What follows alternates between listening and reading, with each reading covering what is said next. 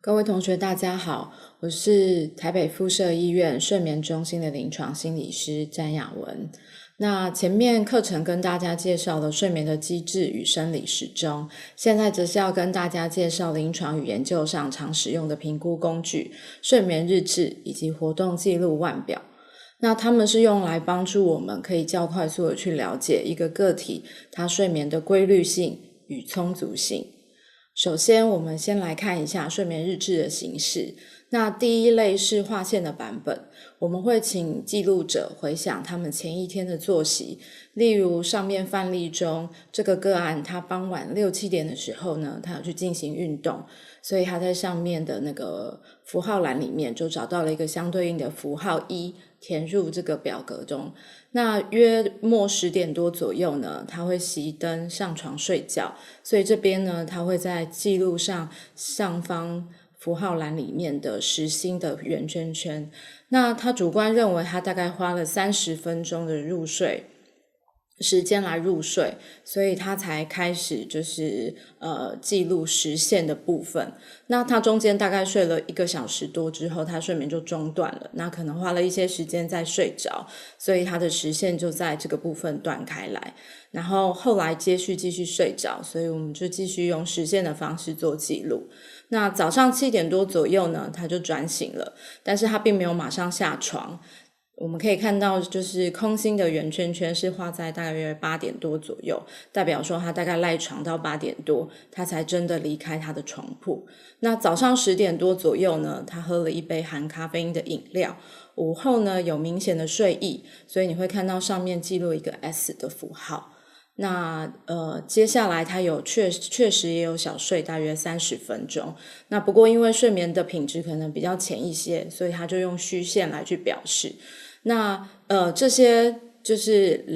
后面栏位的部分呢，只是用来去记录它是不是有使用一些助眠相关的药物，那包括药物的种类和剂量都可以在这上面做一个登录的一个状况。那在后面的2个栏位呢，只是去记录主观的睡眠品质和他白天的精神状态。那通常1是很差，5是非常的好。那还可以自行去记录一些其他可能影响睡眠的事件或是想法，例如说可能夫妻之间吵架，所以可能当天睡眠的情况受到一些影响，或者说像女性有一些生理期的来的时候呢，可能睡眠的状况也会被影响，那我们就可以在上面做一个登录的状况。那一般来说我们大概会记录就是约莫1到2个礼拜，然后可以去做一个就是睡眠的一个形态的一个分析。那这个部分呢，我们可以看到的是一个临床个案记录多天的范本。那在那个红色的框框上面表示的这个区段呢，是他周末的一个作息。那我们可以看到说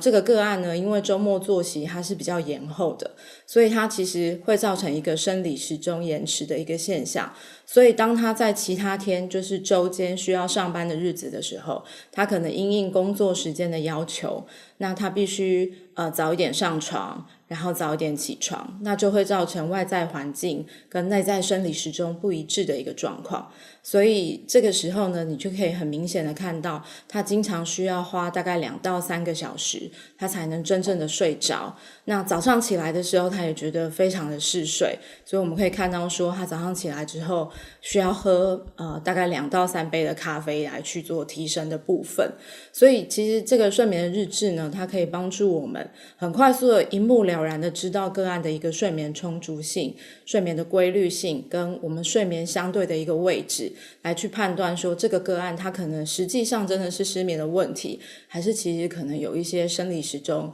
异常的一个现象。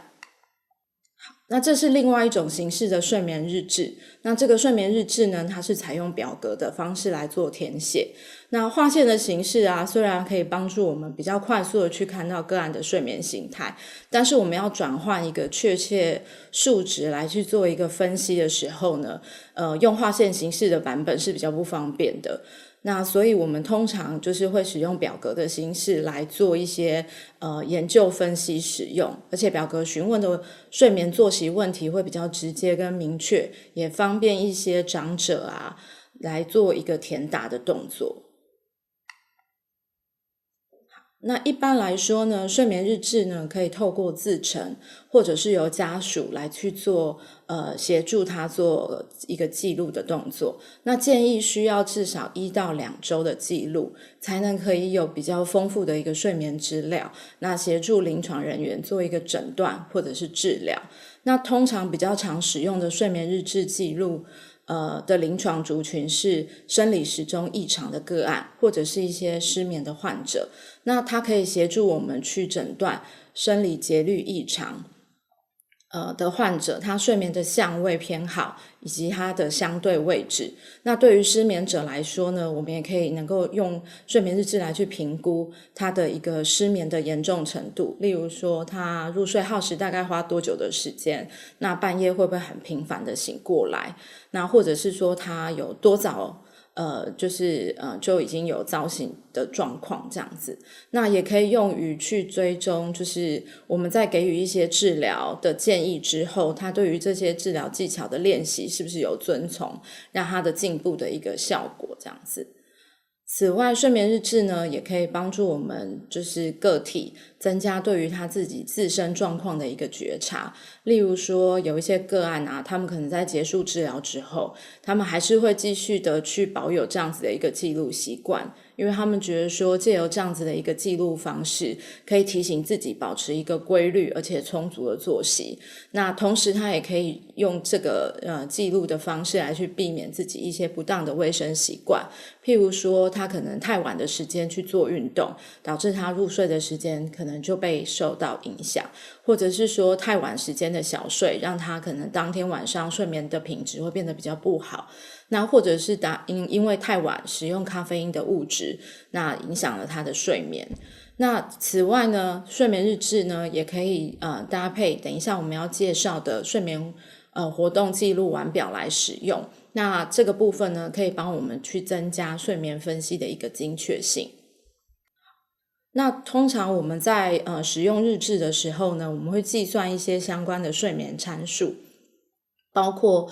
上床的时间、起床的时间，然后躺在床上的总时间，还有他就是入睡所需要的总时间，然后入睡后半夜醒来的次数跟总时间，还有实际在床上睡着的总时间。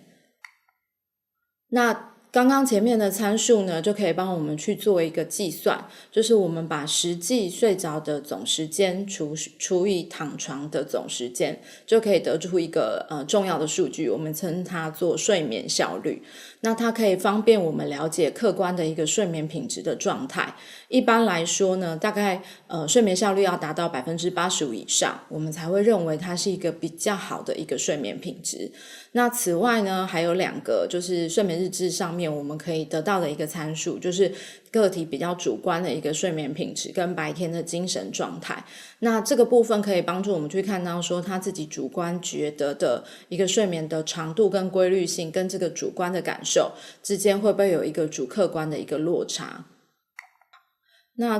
最后的部分呢，我们来总结一下睡眠日志的优缺点。那它的优点的部分呢，是可以提供我们长时间的一个记录，让我们看到每天间的一个差异，那也能看到睡眠相关作息对于睡眠品质的影响。而且相较于睡眠问卷呢，它是询问一个比较长时间的一个睡眠状况，那比较容易受到呢个案的一个回忆偏误的影响。那日志是每天记录，所以它会表现得更为客观一些。那缺点的部分呢，因为他每天都要做记录，所以对于就是患者啊或是照顾者来说，他其实负担是相对会比较大一点的。那还有就是呢，他没有办法完全排除个案对于睡眠的预期或是主观感受的影响，特别是一些失眠的患者啊，他们经常会觉得说自己其实并没有睡着，但家人可能同时会报告说其实有听到他很沉重的呼吸声或是打呼声，他应该是已经睡着了，这样子一个自己跟家属报告不一致的情形。